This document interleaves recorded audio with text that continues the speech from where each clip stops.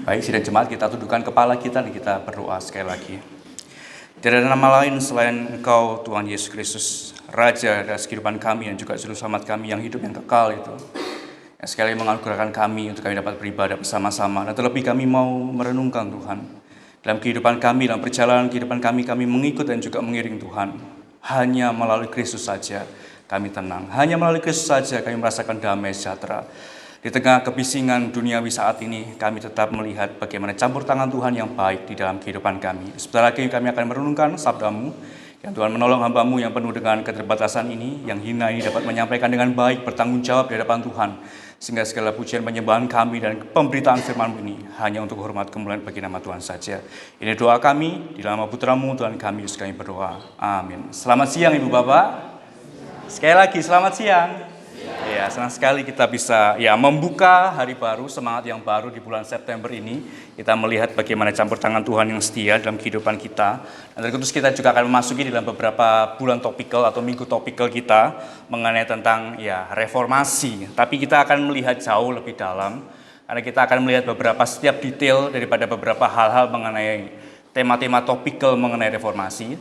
Walaupun kalau secara liturgi atau tata gereja, kita melihat bahwa harusnya masuk dalam bulan Oktober tapi kalau supaya timingnya biar pas gitu karena bulan depan kita juga menyambut HUT dan secara khusus kita supaya bisa sampai di puncaknya, di gongnya itu, kita supaya temanya biar pas, kita akan melihat salah satu catatan mengenai solus Kristus atau hanya melalui Kristus. Mari kita buka Alkitab kita Ibu Bapak di dalam surat Kolose pasal yang kedua. Surat Kolose, surat Rasul Paulus kepada jemaat di Kolose, di pasal yang kedua, di ayat yang ke-9. Surat Paulus kepada jemaat Kolose, surat Kolose pasal yang kedua, ayat yang ke-9.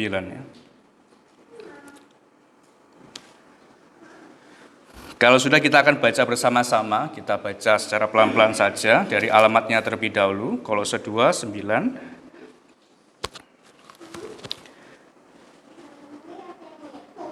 Dua, tiga. Kolose pasal 2 ayat yang ke-9. Sebab dalam Dialah berdiam secara jasmania seluruh kepenuhan kealahan. Saya ulangi sekali lagi. Sebab dalam Dialah yaitu merefer kepada Kristus Yesus, berdiam secara jasmania seluruh kepenuhan kealahan. Ini ada sebuah topik yang menolong kita pada bulan-bulan menuju kepada bulan reformasi. 15, 17, 31 Oktober.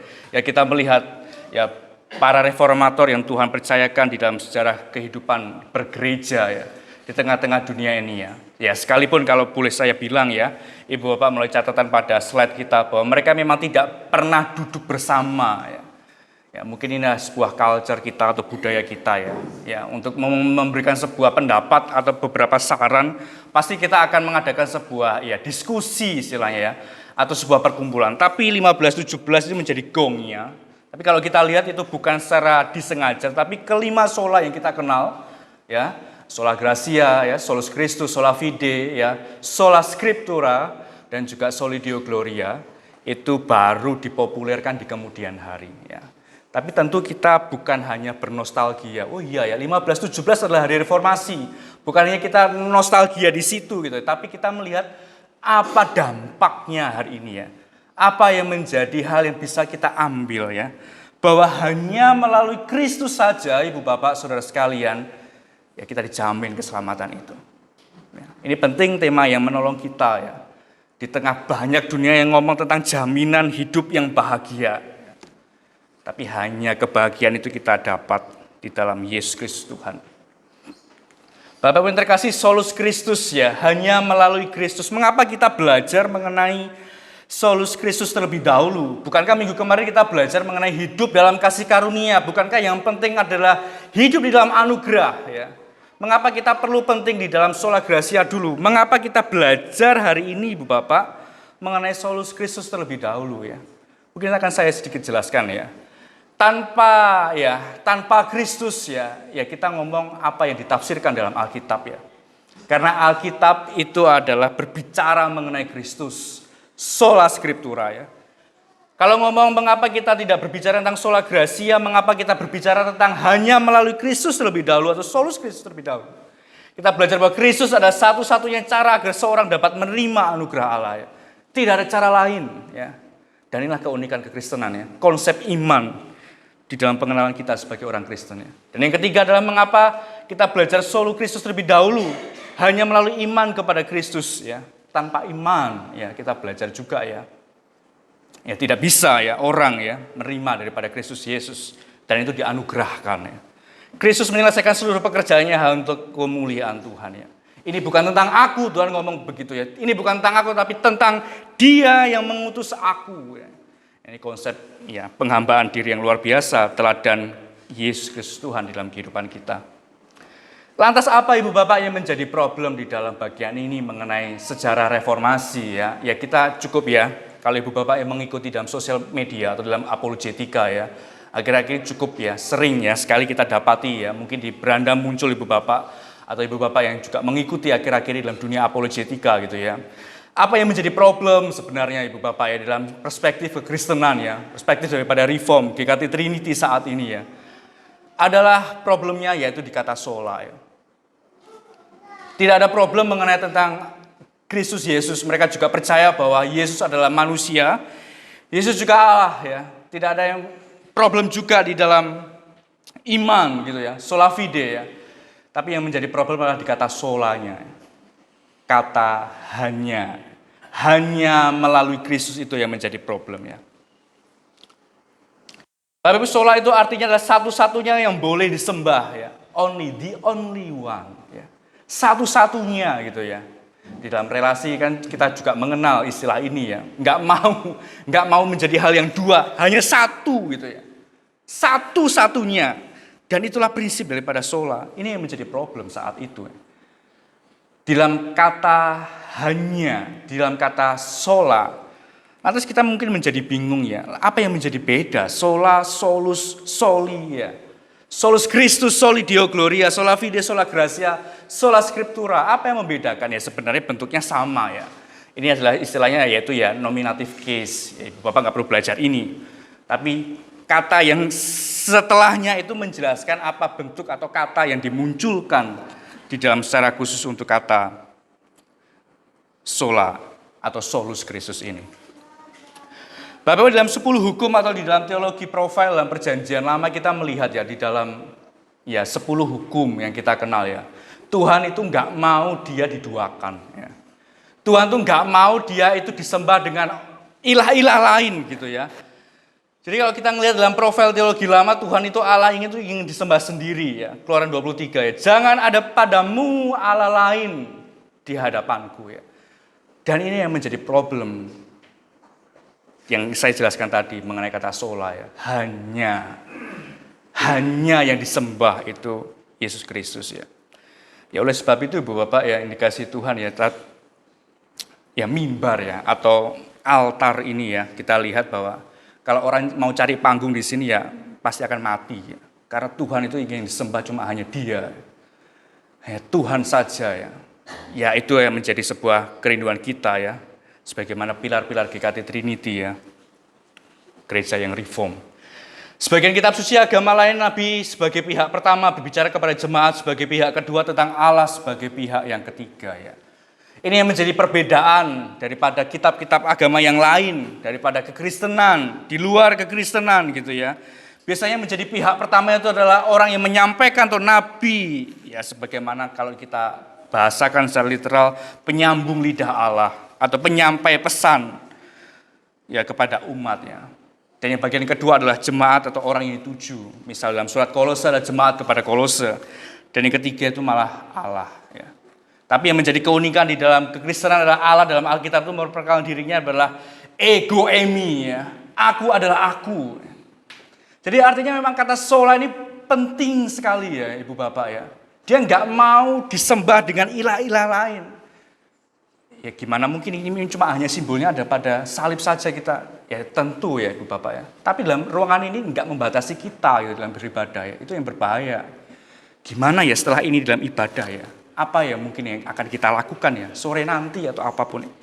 Tuhan tuh nggak suka dengan hal seperti demikian karena ya itu tadi, dia nggak mau ada suatu hal yang lain yang ya menjadi distraksi konsentrasi bagi jemaat atau umatnya untuk beribadah kepadanya. Jadi ini penting dan keunikan daripada Allah dan Alkitab sendiri ya. Kata aku adalah memiliki Allah yang absolut, Allah yang kekal, cukup pada dirinya sendiri ya. Dia tidak butuh apapun di luar dirinya ya.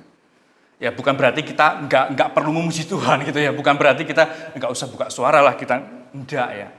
Ya Tuhan juga bisa dalam catatan dalam Injil juga bisa mengatakan bahwa ya Tuhan juga bisa pakai batu itu ya. Bisa memuji dia, tapi bukan itu ya maknanya. Allah yang absolut yang cukup pada dirinya sendiri. Ya kita belajar dalam hidup dalam kasih karunia minggu lalu.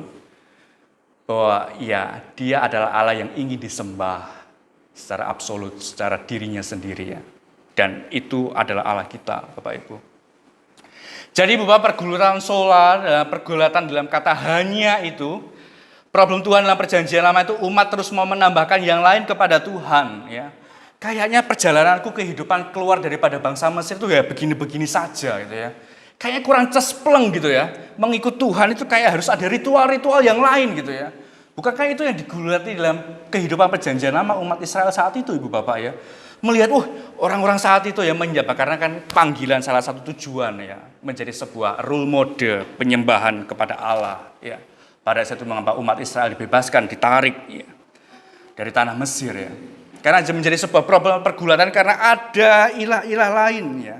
Kalau kita lihat ya ada sebuah pergulatan di situ, mari kita bikin lembu emas ya. Ya, mari kita bikin Baal-Baal atau ilah-ilah lain ya. Jadi pergulatan perjanjian lama itu dia tetap menyembah Tuhan, tapi kayaknya ada yang kurang ya. Kayaknya harus membutuhkan dewa yang ini ya, gitu ya. Jadi pergulatan perjanjian lama kurang lebih demikian Ibu Bapak. Jadi kalau kita lihat Ibu Bapak ada dua pilihan bagi umat perjanjian lama ya, mengenai kata hanya ini. Dia menggantikan Tuhan yang bisa seperti kita lihat ada catatan-catatan perjanjian lama dia lembu emas, atau kuil-kuil yang lain, atau kayaknya image Allah itu diganti saja. Naturnya Allah menurut kita itu ya, menurut perjanjian lama atau umat Israel saat itu, kayaknya Tuhan itu Allah yang benar-benar punya moral monster gitu ya. Dikit-dikit dihukum, dikit-dikit dibinasakan, mati satu generasi lewat gitu ya. Kayaknya Tuhan tuh kejam ya. Ya mari kita lihat image-nya Tuhan tuh Tuhan yang baik. Ada catatan Ibu Bapak dalam salah satu saya membaca salah satu jurnal gitu ya. Akhir-akhir ini Allah itu diibaratkan seperti Allah yang ya maaf ya Teletubbies ya, kartun Teletubbies ya. Allah yang penuh senyum ya mataharinya ya, ceria gitu ya. Tapi ia meninggalkan aspek Allah yang murka atas dosa ya. Allah yang gak suka dengan ketidakadilan. Isu yang saat ini juga diungkit dalam ya konstitusi negara kita ya. Tapi kita lihat Ibu Bapak ada dua problem di sini ya mengenai pergulatan sola dan perjanjian lama. Allah yang ditambah dan juga image Allah yang diganti ya. Kolose 2 ayat 9 kalau kita lihat Ibu Bapak kembali kepada back to the Bible, kembali kepada Alkitab Kolose 2 ayat 9 ya. Penerima Kolose itu adalah jemaat yang telah menerima Kristus Yesus ya. Minggu lalu kita belajar kepada salah satu surat yaitu surat Titus. Mereka bukan orang-orang percaya, ada pun tapi nggak sebagian besar. Tapi kalau surat Kolose itu rata-rata orang yang sudah menerima atau mendengar Injil atau karya Kristus Yesus itu ya. Tapi ada menjadi hal yang gap pertama yang menjadi suatu ya pisah gitu ya di dalam pemahaman bagaimana kata Kristus itu cukup. Hanya melalui Kristus saja itu cukup gitu ya. Persoalannya ini gitu ya. Jadi Bapak melalui teologi profil Kolose ini terutama di ayat 9 bahwa di dalam Kristus berdiam secara jasmani. Ya ini kata-kata yang mungkin Ibu Bapak juga dengar ya. Soma, petoma gitu ya. Ya tentu ya kalau kita mau lihat secara ya letterlock ya, secara jelas di sini ya memang menggunakan kata ini ya. Yang artinya memang nggak salah gitu ya. Menggunakan kata nggak salah menafsirkan di dalam bagian bahwa Kristus Yesus itu penuh secara jasmani gitu ya. Kadang kalau kita ngomong mengenai prinsip penafsiran Alkitab ya ngomong tentang hal rohani saja gitu ya. Tapi nggak salah juga kita berbicara bahwa di dalam Kristus Yesus pribadi yang kedua itu penuh secara ya jasmani, kepenuhan Allah itu nyata ya. Jadi aspek fisik di sini ditekankan. Secara material, secara tubuh ditekankan di bagian ini. Ini menjadi sebuah counter kan Ibu Bapak ya. Dalam filsafat-filsafat Yunani, bahwa tubuh atau badan ini adalah suatu hal yang kejahatan ya. Yang keji, yang hina gitu ya. Tapi di counter oleh surat Kolose ini ya. Bahwa dalam Yesus Kristus adalah kepenuhan ya, secara jasmani ya, Bapak ya. Implikasinya Ibu Bapak secara singkat mungkin ya, untuk kita masuk lebih dalam ya. Hal jasmani apa yang bisa memuaskan kita ya, kalau tidak tubuhnya itu yang sudah tercabik untuk kita ya. Ya, darah itu sudah tercurah untuk kita, keselamatan sudah beres urusan itu gitu ya. Dan kepenuhan Allah itu ada di dalam pribadi Kristus. Lantas apa yang menjadi pencarian kita ya? Ibu mau cari apa secara hal jasmani dalam dunia ini untuk memenuhi ya konsep penggambaran diri kita ya. Bapak Ibu, dalam zaman reformator apa yang menjadi bagian ini ya? Apa memaknai dalam solus Kristus ini ya? Yang tadi dalam pergulatan daripada kata sola dalam perjanjian lama itu Allah yang ditambah dan juga Allah yang image-nya diganti ya. Image yang menurut kita lebih baik, Allah itu baik, Allah yang mengasihi ya, tapi ya meniadakan Allah yang adil dan murka kepada dosa.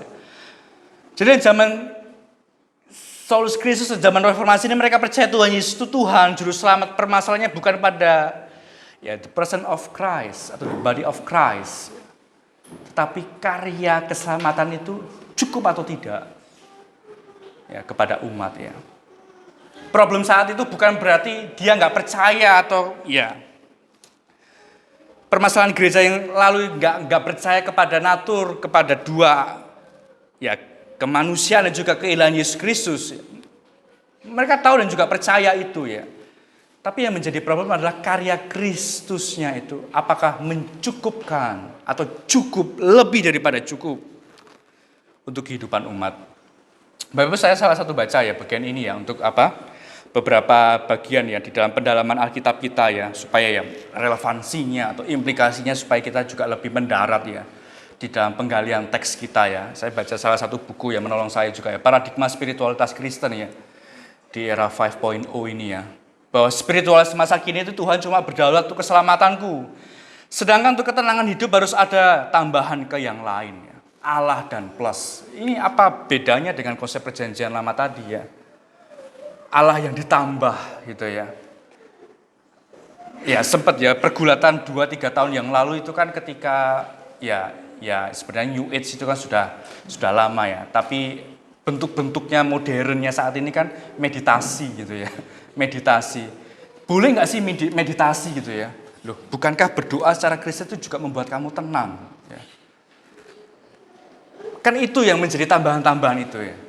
Kayak doa itu kayak aku kurang rasa tenang, aku harus butuh kegiatan spiritualitas yang kayaknya membuat aku lebih dapat, lebih mantap gitu ya. Inilah sebenarnya Ibu Bapak ya, ilah-ilah lain yang sudah mulai muncul pada era spiritualitas Kristen di era 5.0 saat ini gitu ya. Kayaknya ada yang kurang, harus ditambah gitu ya. Ini cukup berbahaya Ibu Bapak saat ini ya. Di dalam ya era-era ya post-truth saat ini ya. Bapak-Bapak, di dalam kekristenan sekali lagi, apakah Kristus itu ya cukup untuk keselamatan kita ya? Di dalam Kristus kepenuhan kealahan termasuk juga pergumulan kita saat ini ya. Yang bikin kita kurang memaknai itu justru karena sikap kita, Ibu Bapak ya. Jadi yang bikin kita kurang memaknai kehidupan ini karena ulah kita menambahkan suatu hal yang lain kecuali daripada Kristus itu gitu ya. Kayak seperti tadi meditasi ya. Atau mencari suatu hal yang mungkin membuat kita lebih tenang ya. Tapi Kristus kan juga jelas ya. Marilah kepadaku, itu sebuah undangan yang menolong kita loh Ibu Bapak ya. Di tengah kebisingan dunia saat ini, di tengah ya pergulatan ya, perekonomian yang gak baik-baik saja saat ini gitu ya.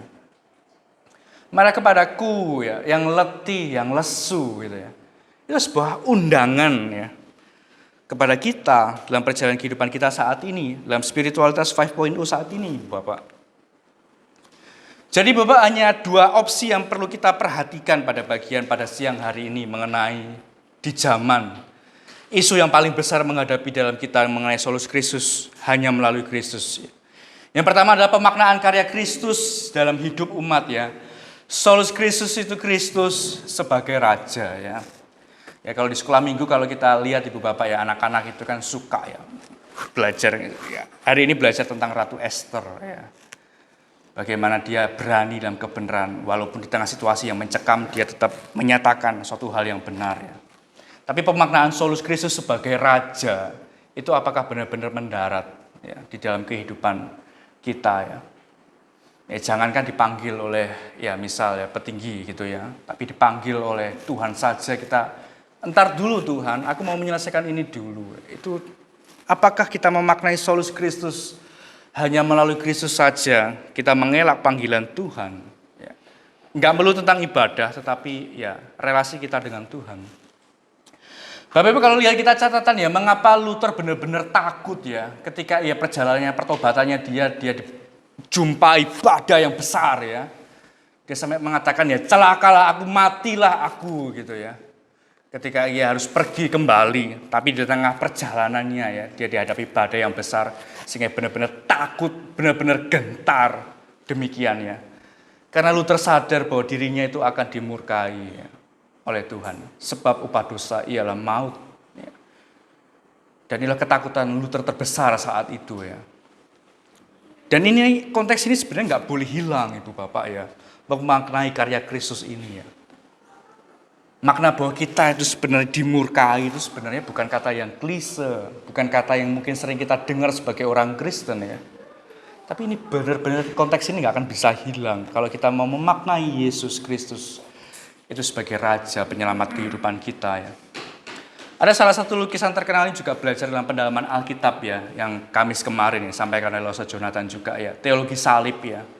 Ada salah satu lukisan yang terkenal juga ya, Luther di dalam salah satu khotbahnya dia menunjuk kepada Kristus ya, kepada salib itu.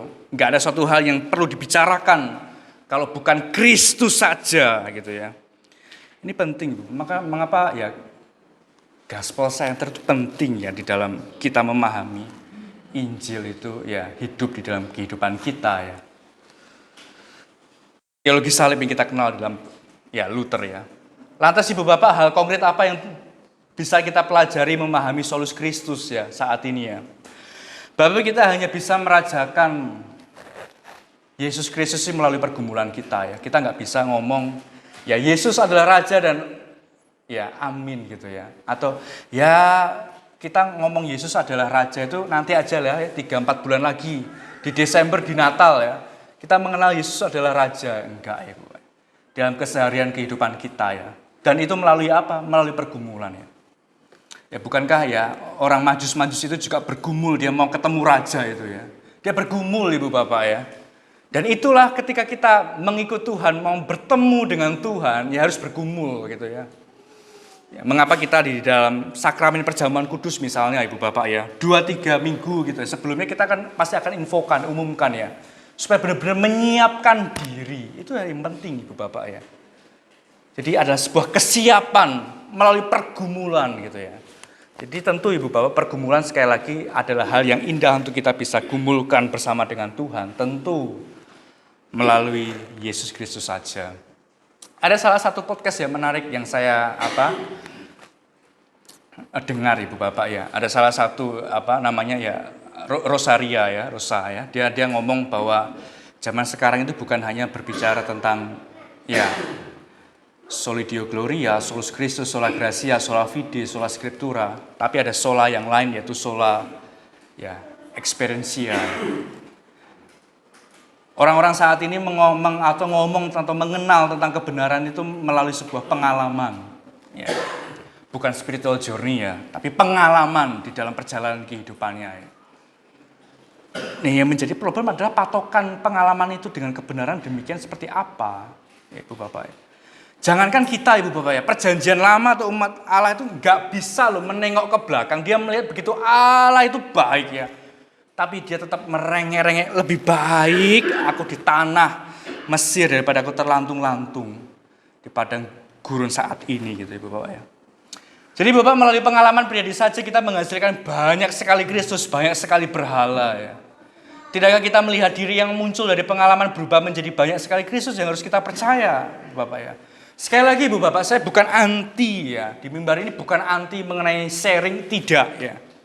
Tapi patokan kebenaran itu Ibu Bapak ya. Dan natur manusia itu bukan yang ditinggikan Tuhannya. Tapi bagaimana aku bisa melewati hal ini.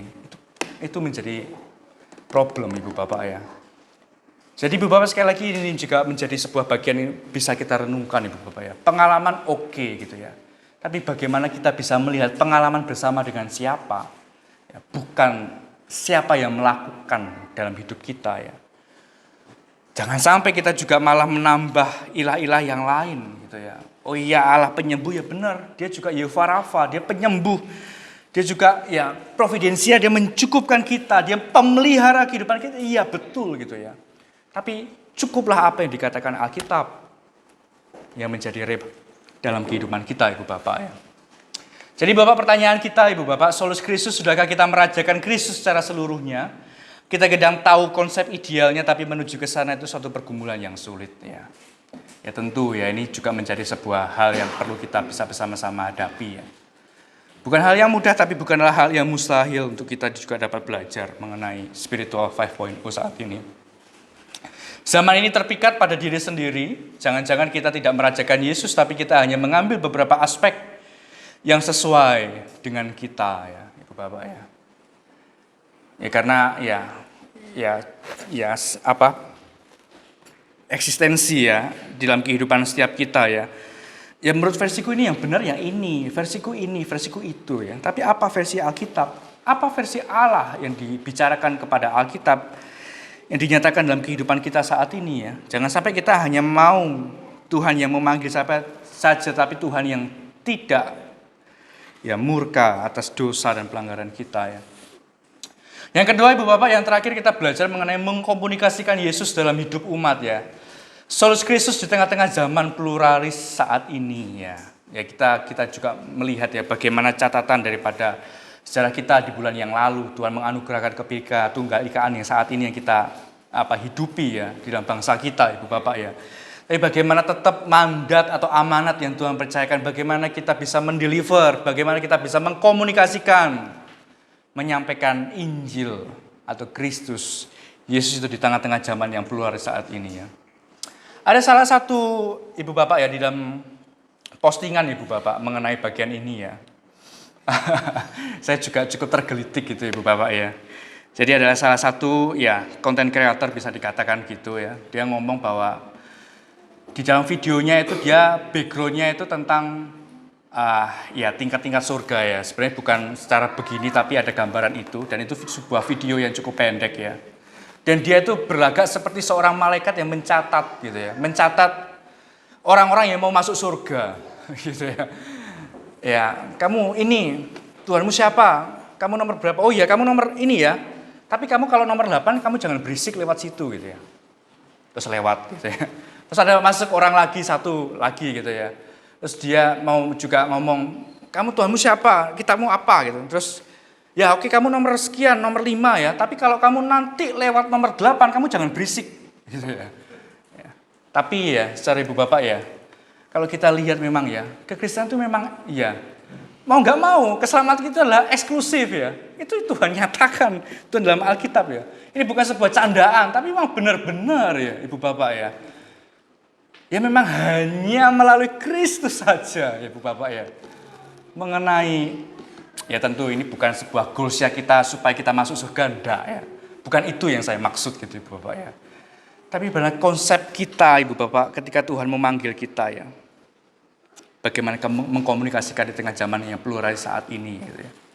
Ya sudahlah kalau masalah dosa itu nantilah. Tentu nanti pada endingnya itu Tuhan akan temui gitu. Ya kita nggak tahu gitu sampai kapan ya. Tapi ya tugas kita ya, hanya melalui Kristus saja orang bisa pergi ke sana ya. Jadi Ibu Bapak, solus Kristus itu punya sebuah ya direct access ya Ibu Bapak ya mengenai bagian ini ya. Perspektif perjanjian lama kenapa ketika Kristus mati kemudian tirai bait suci itu terbelah dua? Karena akses itu langsung direct ya. Nggak perlu melalui korban persembahan, nggak perlu melalui para imam-imam gitu ya. Bukan berarti saya mengelak gitu ya, oh kamu rohaniawan, kamu juga harus berdoa untuk saya. Ya enggak, bukan berarti saya mengelak, enggak, harus datang kepada Kristus gitu ya. Enggak juga ya Ibu Bapak ya. Tapi Ibu Bapak izinkan saya mengatakan buat Ibu Bapak sekalian ya, dalam pemberitaan firman Tuhan kali ini, datang langsung kepada Tuhan. Ya. Karena keselamatan itu juga Tuhan sudah bereskan, dan tirai itu membuktikan bahwa semuanya itu langsung direct akses itu ya.